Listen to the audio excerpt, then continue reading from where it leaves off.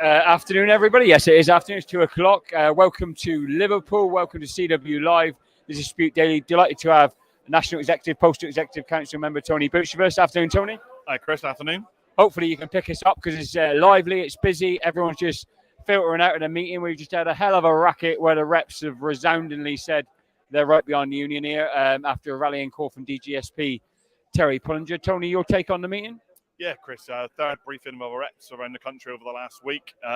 Resounding yes vote yes for support for our campaign for a no strings pay deal from our members today.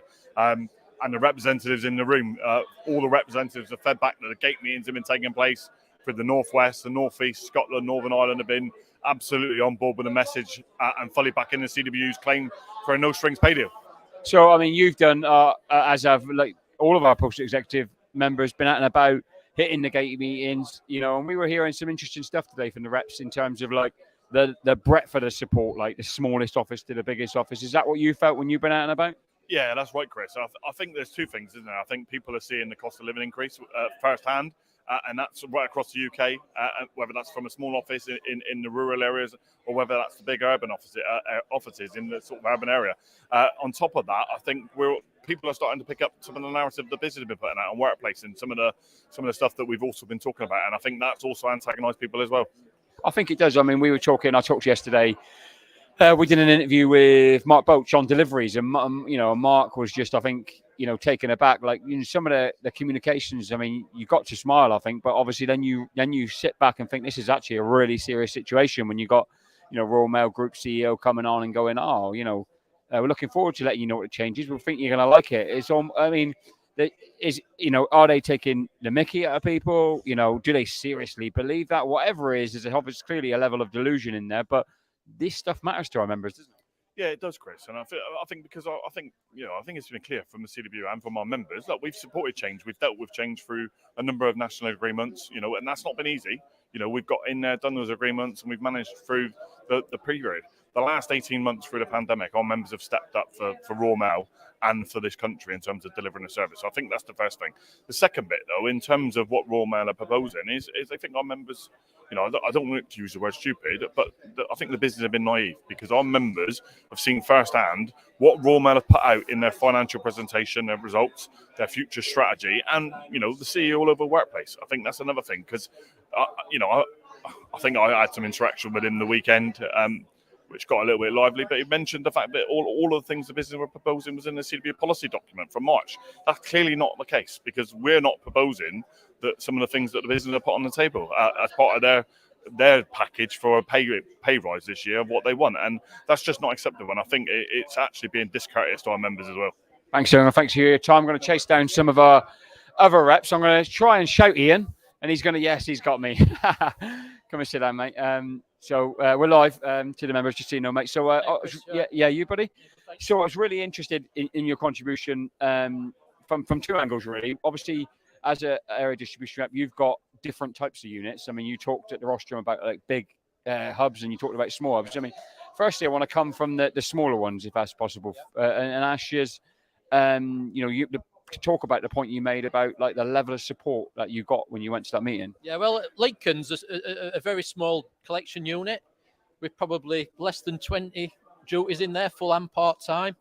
And the first gate meeting that I did with the full-timers just gave me so much inspiration because they were, before I delivered the message, they were already telling me that they're talking to new staff who've not experienced industrial action before and who perhaps don't understand dispute. They're obviously fully behind dispute, and they're telling new members and new staff how important it is, what a serious situation it is, and how important it is to deliver a yes vote.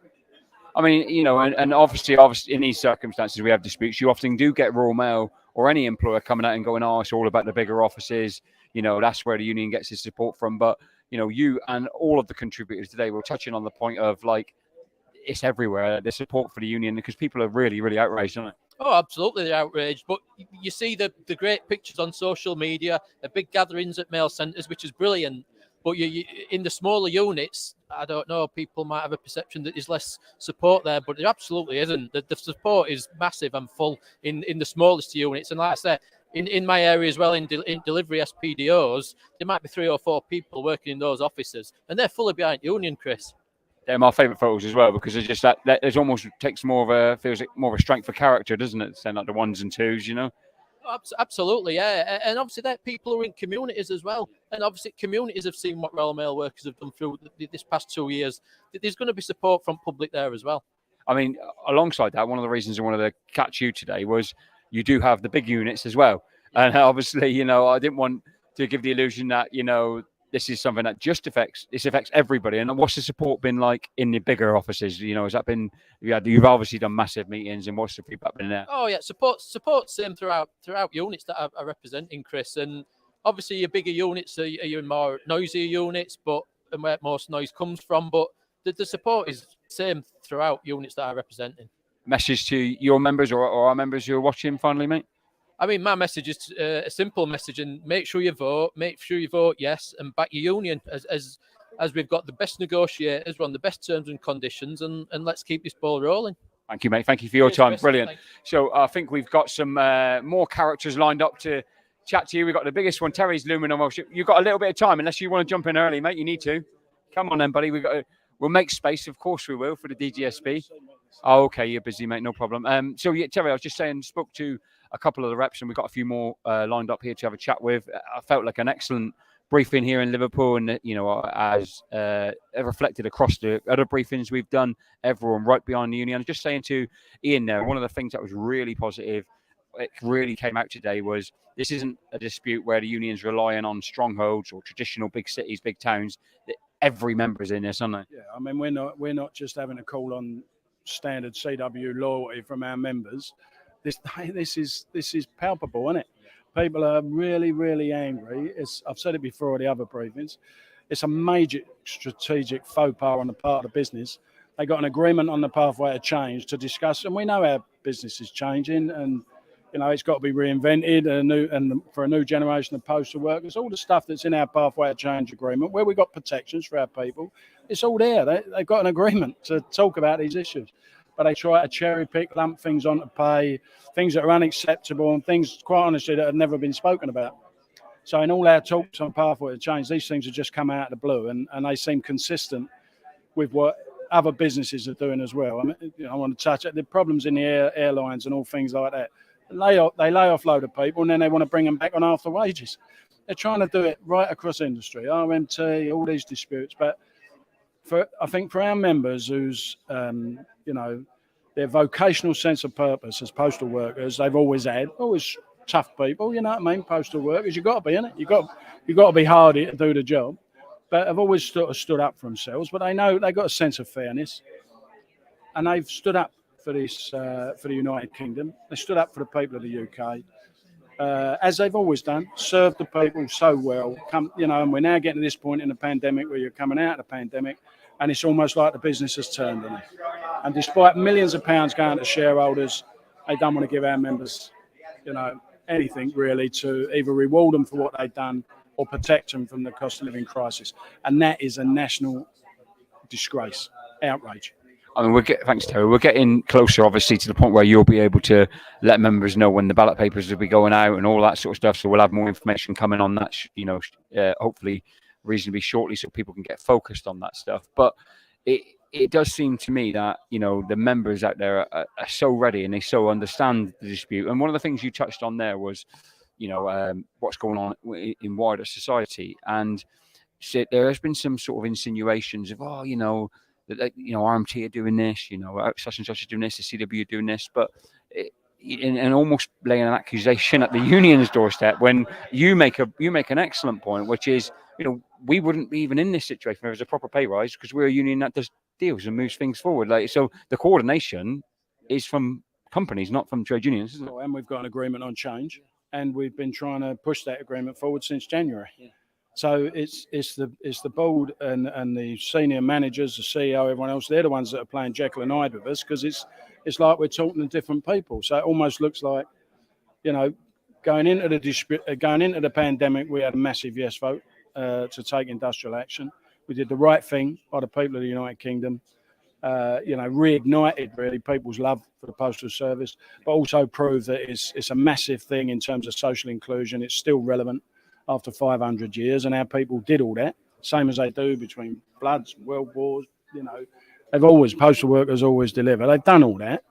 And you would have thought that we would have come out the other side of the pandemic with a decent society, with workers, key workers, being respected. And they've not been respected at all. They've not been respected at all. So I suppose you've got shareholder pressure. You've got the government saying no one give a decent pay rise. And basically all these companies. So you can talk about trade unions or the trade unions that stand up for their members, and you can be really derogatory about it. But do you know what? I think the public of the United Kingdom would stand up with postal workers for this, because they did everything that was asked of them. You know what I mean? In really difficult circumstances, and they're being offered peanuts. And shareholders have been, come August, if they get what they want, they would have had over £600 million since January 21 and August 2022, and yet there's no money to reward decent working people, and it's unacceptable. And sometimes in your life you've got to stand up, haven't you? Spot on, mate. Just a couple more questions. I know you're busy and you've got a load of meetings on and stuff. One would be, you often say we travel in hope, and there's another bit of that statement, but I want to focus on the travel in hope bit, because obviously, I want to just ask you the question of, when you sort of we're at the end of these free meetings now, we've obviously met hundreds of our brilliant reps across the country, and the level of support that they've given the union's leadership. Do you feel that when you're in the talks with Royal Mail, however badly they're going? Can you feel that support from our reps, support from our members? Is it lifting you? Oh yeah, and I've got to be honest with you, I think their negotiators seem deflated. They know there's nothing more powerful than the support we've got from our members. So yeah, you go in the room as a negotiator, but it's massive to feel that you're going in that room. It's like you're going in the room with everyone. All of our members, all of our reps, all going in the rooms, and we know how solid they are. And yeah, we travel in hope and peace, but we carry a big stick, is what we always say, and that's our members, isn't it? We are aggressively pragmatic and proud to be so, because it's absolutely right that the workers should have their share. We're not saying other people can't make money. We ain't saying that, but you give us our share. We shouldn't have been privatised. We are.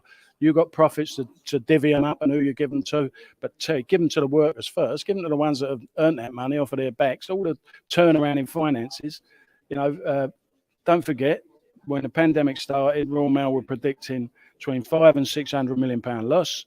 I just announced, and it's 700 and whatever it is, 40 or whatever £1 million profit. That's over £1 billion turnaround that's been done on the back of our members. Give them their fair share. Spot on, Terry. So they're very fun, and I know we'll probably chat to you loads this week, and you'll be giving members more and more updates. Just a final message, rounding up the briefings from you. Well, just to say to any of the members or reps that are listening, this is the third briefing, so we've covered the whole of the UK now, and the feedback has been absolutely the same. And most people are saying, we've had disputes before, and there's people who might be sitting on the fence, people who are not sure, is it the right tactics? We've had them sort of tactical discussions at briefings and things like that. Not at any of these briefings. I tell you now, they have made a massively wrong move. The Royal Mail board and the CEO and everybody else. There is without question that we will produce probably the biggest return and yes vote we ever had. And when it comes to us getting our just reward, we will stand up for ourselves. We will not put up with this. Our members will not put up with this. And if it comes to it, there'll have to be a strike. But there's no need for that. You honour the agreements, give our people the reward they deserve, protect them from this cost of living crisis. They're the greatest asset of this great public service, and you're treating them like they're nothing. And they're not going to put up with it. They never have done, never will. Thank you, Terry. Brilliant, man. I'll let you get on to your meetings and just finish up with a couple of our reps. Thank you, buddy. So obviously we heard there from Terry. He's letting you know exactly where we are nationally, and there'll be more communications coming to you in the coming days without any shadow of doubt. I'm now going to sit next to and speak to Darryl, one of our reps. Darryl, you made a great contribution, mate, at the rostrum, getting up there and making the point that basically, everyone counts, and I just I thought it'd be worth you coming on and having a chat with the members, letting them know, very informal, where we are live, just to let them know, maybe reiterate some of the points you made at the rostrum, and more so, like, what is the feeling on the ground with the members? The feeling on the ground is that we're extremely angry. As I explained during my little speech, as one would say, I've been working 7 days a week through this pandemic. Like I said, me and my colleague Lindsay, we were collecting from people's doors, the test kits and everything. Then we were delivering. Then the parcels come in. and everybody's done an exceptional job. Then to turn round after Rico Backer left, and we'd agreed and sat down, to new ways of working. Great, we thought the future was good, and now they've turned their back on us. And like you said, in support of the P&O workers, the RMT, we've now got London Underground. Who's pushing this? Who's pushing this? And this is a case. We've got a net government. We've got rising inflation, food's going up, fuel's going up, and then they come round.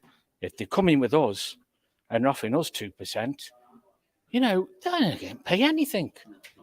I sensed in your contribution, and now as you're speaking, the passion, sort of, and the emotion is also, given what the members and yourself and other people on the front line did to keep the country connected during that period, and the extra lengths you went to, a disappointment in the company as well. Yes, it is. It's a very, very big disappointment. It's a case of, well, it's not just us as key workers. You've had the NHS, everything, all that just work through it, and they're turning round, and we've made an exceptional profit both years, 2 years running this is, and then to give £400 million in dividend. Don't get us wrong, we've all got shares, me included, so I'm a shareholder, but there's a moral and ethical way that you treat workers. That's what I've always been taught, and that's why I was so passionate at the rostrum. Brilliant, mate. Thank you for your time. An excellent contribution, both now and on the rostrum as well. I'm going to speak to John. John, Glasgow and District Email, but also our NEC representative in the postal constituency of Young Workers. Hello, mate. You all right? Good. Well, obviously, we're going to, in the next week or so, be speaking to you about more formal communications to our young workers and young members, making sure we target them and get the vote out. But, I mean, you were making the point emphatically and really eloquently at the rostrum about how much support there is out there, but also saying to everyone, make sure you're getting out there and getting the messages to young workers. So an opportunity for you to do so again. Yeah, absolutely. So, I mean, for me, it is about, as David Robertson, Assistant Secretary, pointed out, it's about obviously managing the generational gap. We have, and particularly in delivery and Royal Mail, we have so many workers that have been through so many disputes over the years. I think, and it had been mentioned, I think the big dispute 2009 around that time, but we don't want people to fall through the cracks, and particularly we don't want our young workers to fall through the cracks. So we need to make sure that there's a kind of relentless focus on getting them involved in our campaigns, that they're not being left behind, and they understand what it means to be part of a collectivized force, what our trade union is, because we have an opportunity here, as we've had opportunities in the past, to undo the damage that Margaret Thatcher did to the working class of this country, and to bring forward our young workers to the forefront of our campaigns and our work to secure the legacy that's been left behind, but also to build on it for the future. I mean, one of the things that is striking in our campaigns is the amount of younger faces, at the gate meetings, fronting things up, committing to voting yes for the union. Are you seeing signs that progress you're calling for is starting to break through amongst our union? I think it is. I think what over the previous disputes that we had prior to COVID, you were definitely building up a head of steam. I think COVID has done damage to that and dented it because of just the general lack of activity and the focus that people had on the day-to-day job, where people put aside their either their industrial views or their political views, whatever, to relentlessly focus again on serving their communities and protecting themselves, protecting their families in really difficult times. And obviously we're then trying to reorientate people again, and it's obviously that's been helped, I suppose, by the cost of living crisis and the fact that this government that we have across the UK, governments across the UK, but particularly at UK Westminster level, where they are not given the help and support that working people need. And what can you expect when you have a chancellor that's on the Sunday Times rich list and is worth £700 million? His priorities are not the priorities of working people. And I think people are then waking up fairly rapidly that there's a serious rot at the heart of politics in our country, and that affects industry, and has been mentioned, no doubt, by other speakers. We've seen that with P&O and the blatant actions of the managers, directors of P&O, and what they did to attack and undermine their own workforce. There's no doubt that that's coming for so many of us, and we need to obviously make sure that our young workers are alert to that fact. They will be, of course, in many regards, and it's just about standing together, and that people don't have to suffer alone, that we can actually achieve real victories and solutions for the working class across the UK in this upcoming dispute. Thank you, mate. And as I said at the start, when you sat down, we're going to definitely work on more communications with yourself and others to get the vote out across our under-30s group, but an opportunity for a final message to our young members and all members from yourself. Yeah, so, I mean, there's over 15,000 under-30s young workers within the CWU's wider networks, like the BT, Royal Mail and all the rest of it. So I would just appeal for them to get involved in their branches, to get involved in the young workers structures, and as well to contact myself as the National Executive Council member for under-30s on the postal side, and so that we can actually bring as many people together across the country. The experiences I had within our young worker structure has been absolutely immense. It's given me a lot of strength, a lot of support to be able to do what I'm doing now, and I can only encourage that there's so many opportunities there that people can have, regardless of how much time they can commit. Anything at all. You could be an hour a week, or it could be as much time as you want to do. Anything at all. When we all put it together all across the over 15,000 members that we have within the CWU, that can make a serious difference. Spot on, mate. Thank you for your time, and good luck with the members' meetings and everything that's going on. So we've got more speakers now. I believe we got 2 more speakers, haven't we, Carl? Yeah, we got the guys. Paul's going to come in first, and Paul, obviously, Warrington Mail Centre, a stronghold of the union, I think, yes. Fair to say, mate. Led by yourself and an excellent branch there. Have done us proud over a number of years, an excellent group of members. Been speaking to lots of people today around the fantastic breadth of support right across the UK, and people making the point consistently and rightly about the smaller office really going in. I want to speak to you about a bigger office, though, and what the feeling is like on the ground at the minute. The feeling from the membership, in fairness, is one of absolute disappointment. Not nothing disappointment, slap in the face for everything he went through, for the length of time the pandemic went on, coming into work, on a daily basis, serving the customer, in fairness, and getting the service out up and down the country, acknowledged by everyone around the country, except for the employers who should be in this position now to acknowledge them for everything that they've done. Their efforts were undeniable, getting them test kits out, getting the returns, doing the dispatching day in, day out, every breadth, stretch of the country. And this is the way they're rewarded now. And the feeling, the unrest is the worst I've seen in the 35 years of being in the job. I mean, sometimes with disappointment can lead to apathy. Are you confident that disappointment is actually going to lead to people getting behind the union? I think this will be stronger than ever. The last couple of ballots that we've had have been phenomenal results, phenomenal turnouts and phenomenal yes votes. I think this will just put that into insignificance. I think that'll be even bigger and more of a yes vote than it's ever been, because the feeling is so strong from all the membership. So, what is obviously I've seen, because obviously you've been sharing them on the union's social media channels and other places. The gate meeting's been going on, the membership meeting's been going on. Is there any? I mean, aside from obviously the blatantly right points you make about disappointing in the way people were treated during COVID, the cost of living crisis is real as well. Alongside that, isn't it? We're hearing stuff of like I mean, I was saying to Terry Pollinger last week that you look at the sort of levels of jobs in society, and a postal worker has always been seen as a really good job and a decent job in communities. And now we're seeing postal workers using food banks or struggling to put fuel in the car. Is that you hearing similar stories? It's exactly the same. We've got a guy who works in Warrington Mail Centre, who's on one of the board of directors for one of the credit unions. And I've seen members coming to him, asking him to get in contact with the credit union, basically to draw £10 and £20 out for nappies and just to get them through a week-to-week basis. So this cost of living crisis is costing their livelihoods at the minute, the cost of fuel, because we were a concentrated site where we've concentrated from Crewe, Bolton, Liverpool up to Warrington. So the cost of fuel, these people can't afford to travel to work because it's costing them an absolute fortune. But the detriment they're facing is unbelievable. I've never seen so many people come and so upset, where's the return type of thing, and the fact that they're now not going to get a pay deal that they justifiably deserve for all their efforts is absolutely scandalous. Just a final chance, really. Then, obviously, the members. I'm sure your members will watch this back. You know, if they're working right now, a chance for you to give a message to them and the wider union membership on the coming weeks ahead. Well, the message is pure and simple. You deserve a decent pay rise for all the efforts that you put in, for everything that you've done for the great British public up and down the country, everything that you've done to support everyone who was suffering through the pandemic. You deserve this pay rise. Your efforts, everything that you've done throughout that period of the pandemic, you deserve what's due to you, and you should be fully behind this union, fully behind the people who represent you, because you are the union to get the pay rise that you deserve, and justifiably so.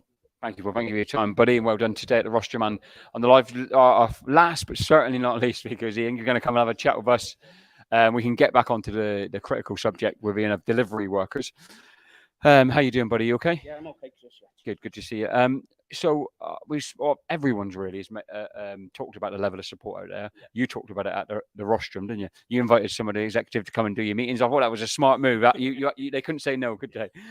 What's the feeling in sort of you have a number of different types of units, big ones, small ones, city ones out 20 delivery units across Whittle and Liverpool, and there's anger across all of them. There's strong feeling to support the union.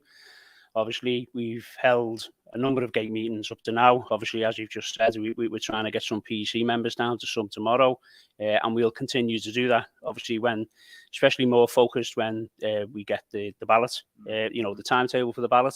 But I think, in a way, Raw Men already done the vast majority of the work for us, because our members are angry. I mean, obviously, as previous speakers have said, 2 years of coming to work. Worried coming to work, worried for the families, and it's not been easy for anyone. And the local reps have played a massive part in supporting the members. We've seen some difficult times for our local reps and for all of the members, and it's just what's deserved. I think it's only the board which have got the blinkers on, that they don't want to, give our members a pay rise what they thoroughly deserve for what they've been through. Oh, yeah, spot on. One of the points, pick up on some of them now as we chat, but one of the points you've just made there is interesting, is the point of when we know the ballot timetable, obviously there's going to be an additional focus on the meetings. I mean, I think, the feedback across the whole of the UK is right behind the union, but we don't want to be complacent either. So, is your plan and the branch's plan to get back out once we know that timetable, to build a communications and engagement plan around that to deliver a massive yes vote? Yes, certainly. Obviously, we've got a nice delivery reps meeting planned next week, so we'll get in a plan of action. We'll deliver in, say, gate meetings right across all units. I know I can fully rely on the reps in our delivery offices to do that job for us. Myself and Sav, the sub area rep, will be delivering as well, supporting where we can. So yeah, I'm really confident that the members of the Greater Merseyrail branch, Parcel Force included, will deliver a massive yes vote, a really massive yes vote, because there's so much to lose for our members if we don't deliver a massive yes vote, to give our national officers the ability to negotiate the best possible deal on our behalf. I mean, alongside that, that yes vote, as you rightly point out, how crucial it is. Just how important is it that also everyone votes? That people don't, think, oh, someone else would do that for me, or not really, going to impact me, and that, because obviously there's a legal aspect with a 50% threshold with trade union, but without being complacent, we have smashed that. You've pointed out a few times in national ballots, but we want every ballot paper back this time, don't we? Yeah, and I think that comes from the very top right the way down. Obviously, it is a democratic vote. Everyone's got entitled to vote whatever their view is. Obviously, we would massively support a yes vote and recommend that's what our members vote for. But yeah, everyone's got to return the ballot paper. As Carl Maiden said there, don't leave it lying around. Cast your vote as soon as it turns up, whenever that date may be, and exercise your democratic right to vote. Yeah. Thank you, buddy. Just a chance for you to give obviously your members watching and the wider membership, give them a final message. Yeah, cheers, Chris. I'd just like to say that to all of the members of the Greater Merseyrail branch, whichever function you work in, this is our opportunity. We've got to get right behind our trade union. We really have. This is you know, and we always pitch it as, but this is the fight of our lives. If we don't deliver a massive yes vote for our national officers to negotiate the best deal, we'll be letting everyone down. So, and I know no one will, and everyone will deliver a massive yes vote for this trade union. Spot on, Ian. Well, thank you for your time, buddy. Thanks for your contribution, and you both here and at the roster, mate. Fantastic, all right? And yeah, all of our speakers have been absolutely fantastic. You've got the message there, everyone. Terry's pointed out that we'll have communications going on throughout this week to guarantee we turn out the biggest possible yes vote when the ballot timetable is announced. Take it easy, everyone.